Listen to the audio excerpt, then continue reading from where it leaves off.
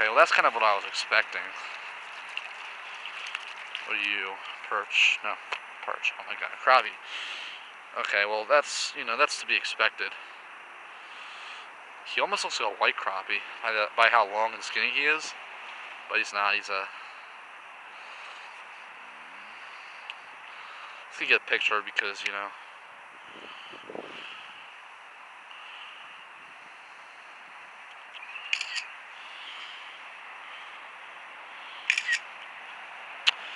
I don't believe that's a white crappie. I don't know. It can't be because white crappies usually occur in tidal water. That's a black crappie. I think it's just a really skinny black crappie. First fish of the day.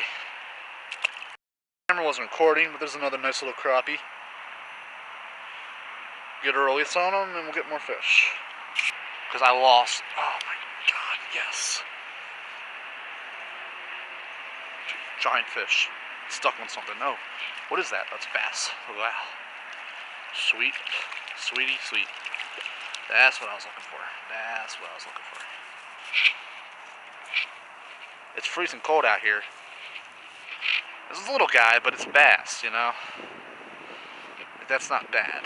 Not at all. So I'm going to get a quick picture of him, and then I guess I'll, leave? I don't know. Dude, the fish, the biting's like turning on right now.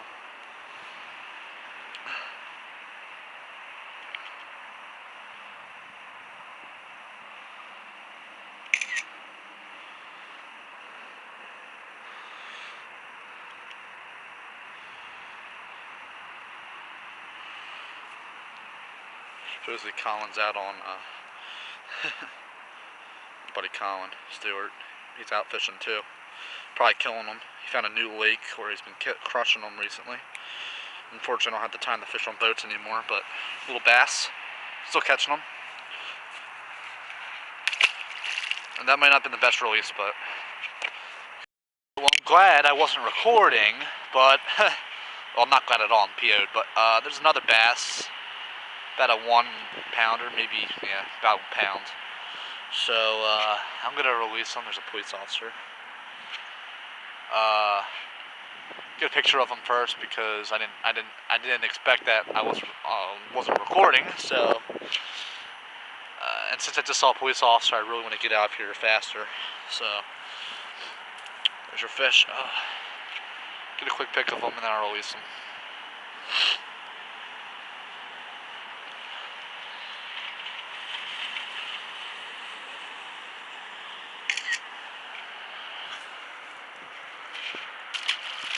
Good. I think that's... Oops, see, look at that. Excellent day, look at that. Perfection. Just when I said I was about to leave. Okay. I have to make this my last one of the day. I don't know. Little guy on the little miniature minnow. Cool beans. Good release on him. It's a beautiful day out, so I think it would be a great time to show you my third technique in my saga of fishing techniques. Right here, it's the panfish technique. I'm using a 1/16 ounce jig head on a soft Mr. Crappie minnow body, and I've recently found they're sitting in the deeper water.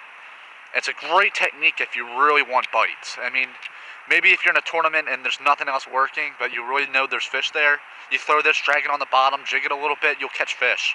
You'll catch keeper fish too. I'm using it on 2 pound tests, which I actually need to cut soon because it's frayed. But it's an amazing technique that I found works all year round if you just want to catch fish. It's not a great big fish catcher, but if you just want to catch bass in the wintertime, there's nothing better. I'm using it on a light rod. I'm using a 5-foot Field & Stream Inferno rod. It's very light, ultra light. And I'm also using a small Shimano Sienna 500 FD reel. Very small reel. And there's fish jumping around, so I want to get straight to fishing. Okay, so, this is recording? Yeah, it's recording. Now, the panfish technique is a very versatile technique. You can do many things with it. You can throw it on a bobber. you can use like a weight with it, like a jig, with a like split shot. And it's just very good. You can use anything else with it. But what I find the best way to use it is just with a jig head. And the reason why that, it has a more natural action. It looks like a little tiny minnow feeding off the bottom, basically. And it's definitely one of my favorite techniques to fish with. Anyway, I'm just kind of casting along here. I fished here yesterday. I decided to pre-fish for this video a little bit, and I caught some good-sized fish. Biggest one being like close to 1.75 pounds, 2 pounds.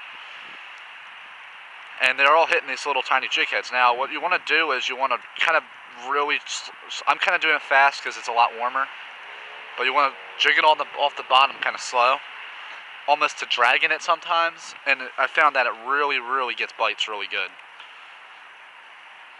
Now, the reason why I love this technique is I use it all year round. I mean, if I want to catch some panfish, perch, crappie, fish on, I think, no.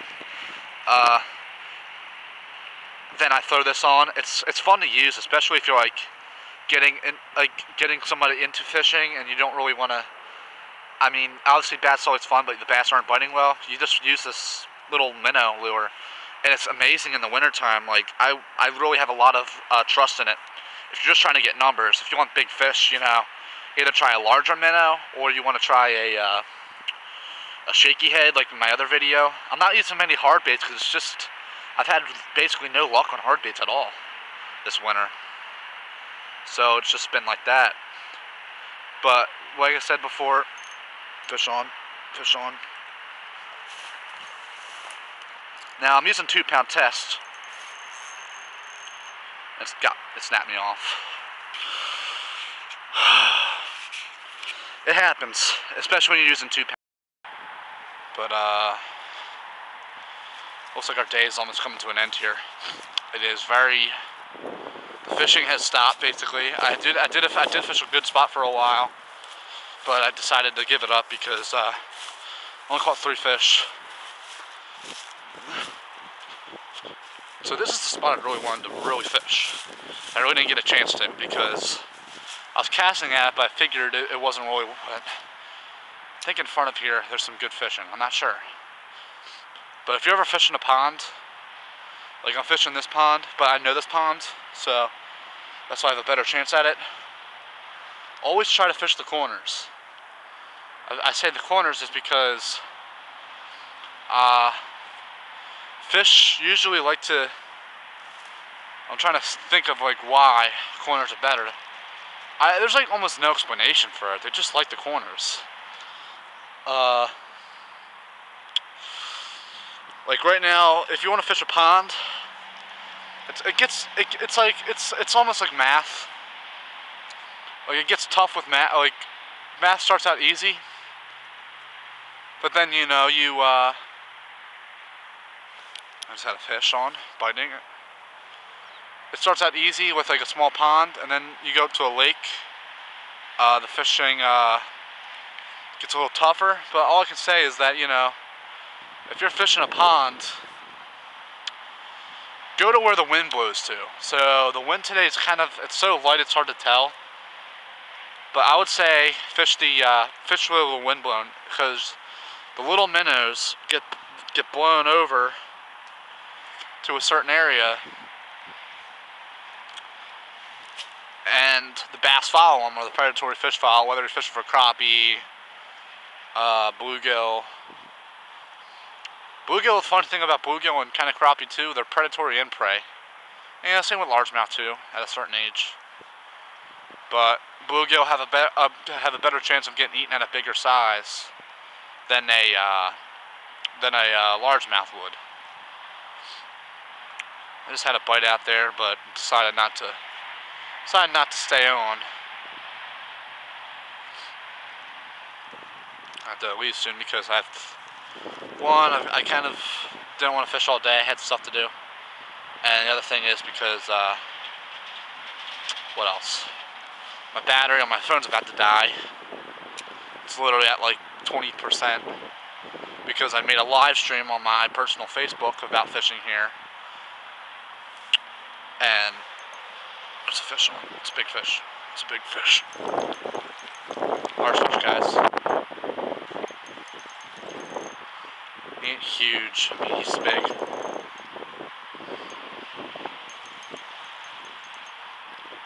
Oh wow, he's small. He's fighting hard because, I mean, he's not small, but he's like, I don't know how to explain it. He felt a lot bigger at first. That's on that panfish technique, you know. Like I said, it's a good technique to use if you just want to get fish, you know. Small fish, nothing huge, nothing big. And you choke that. He's not really picture worthy, but he choked it. All right, I'll get a release on him. So, okay, like I was saying before, I lost that large fish. Now, when you're using 2-pound test light line, you really want to have your drag down low, especially if you're going to get large fish like that. I don't know how big that fish was. He could have been upwards of 3 pounds, because they caught a 2-pound a 2-pound bass yesterday, and it didn't fight that hard. I mean, it was fighting, but it did not fight as hard as that last fish was. So you're gonna have runs with big fish. See, if that was a 3-pound, if that last fish was as big as I thought it was, it could have been a good keeper in a tournament. Let's just say that. So, and that was on a tiny little minnow. So I'm using something bigger just to see if I can weed out the smaller fish from the bigger fish. It may not happen though, because these fish are really tuned into this little tiny minnow. Because if you gotta think, if a pond has really small minnows, and that's what the bass are primarily feeding on, why would you throw anything bigger? You know, it just doesn't make sense sometimes. But I'm thinking they don't want this at all. They want that tiny one on, and that's weird. Because you'd think if they really... So yeah, I'm just throwing this around a little bit. If I get hooked again, then I get hooked again. Fish on. This one's really small. Definitely not the fish I just lost. But see, it's on 2-pound test, and this on the same technique. It's a little tiny minnow panfish technique, but I'm also using. Oh yeah, come on. And he just choked it. Dude, they're really on these minnows right now.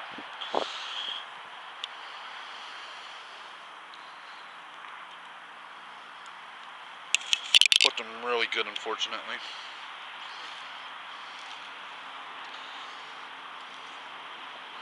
It's hooked on the edge of the gills.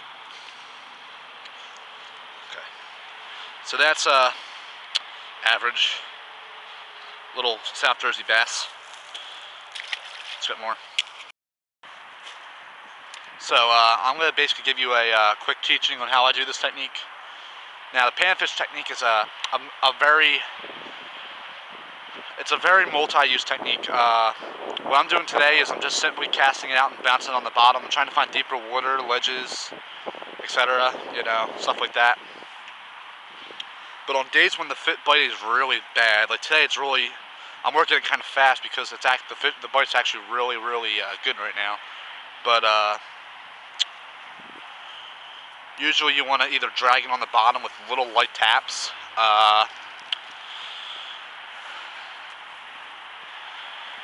You want to do that. You want to, sometimes if you're like fishing around like wood, you got to use a bobber. Like, you know, there's multiple ways to do this technique.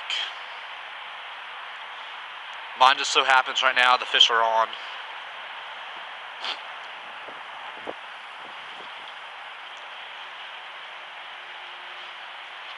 And I'm just simply feeling for taps. It can be taps, takes, all that good stuff. But I think I've explained it good. If you guys have any other questions, comment in the comment section. Hit me up, whatever. I can definitely explain it better. But I'll make this rest of the video fishing. Guys, this is why I like the panfish technique. Now you see this little minnow, this little bluegill right here. It's kind of identical in a way, but these fish are feeding on these little bluegills. I saw it in a video. This time of the year, these fish are really into these little bluegills. So it's definitely something to note, especially the color, how it's purplish blue. This one's kind of purplish blue. There's really no spots on it, but this one has spots. So here's a good tip. Look at your local bait fish that are biting or that are around and try to find a little minnow color that matches it. Arsefish, guys. He ain't huge. I mean, he's big.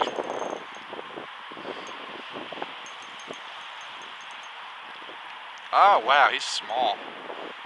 He's fighting hard because he's not small, but he's like, I don't know how to explain it. He felt a lot bigger at first. That's on that panfish technique, you know. Like I said, it's a good technique to use if you just want to get fish, you know. Small fish, nothing huge, nothing big. And he choked that. He's not really picture worthy, but he choked it. All right, I'll get a release on him.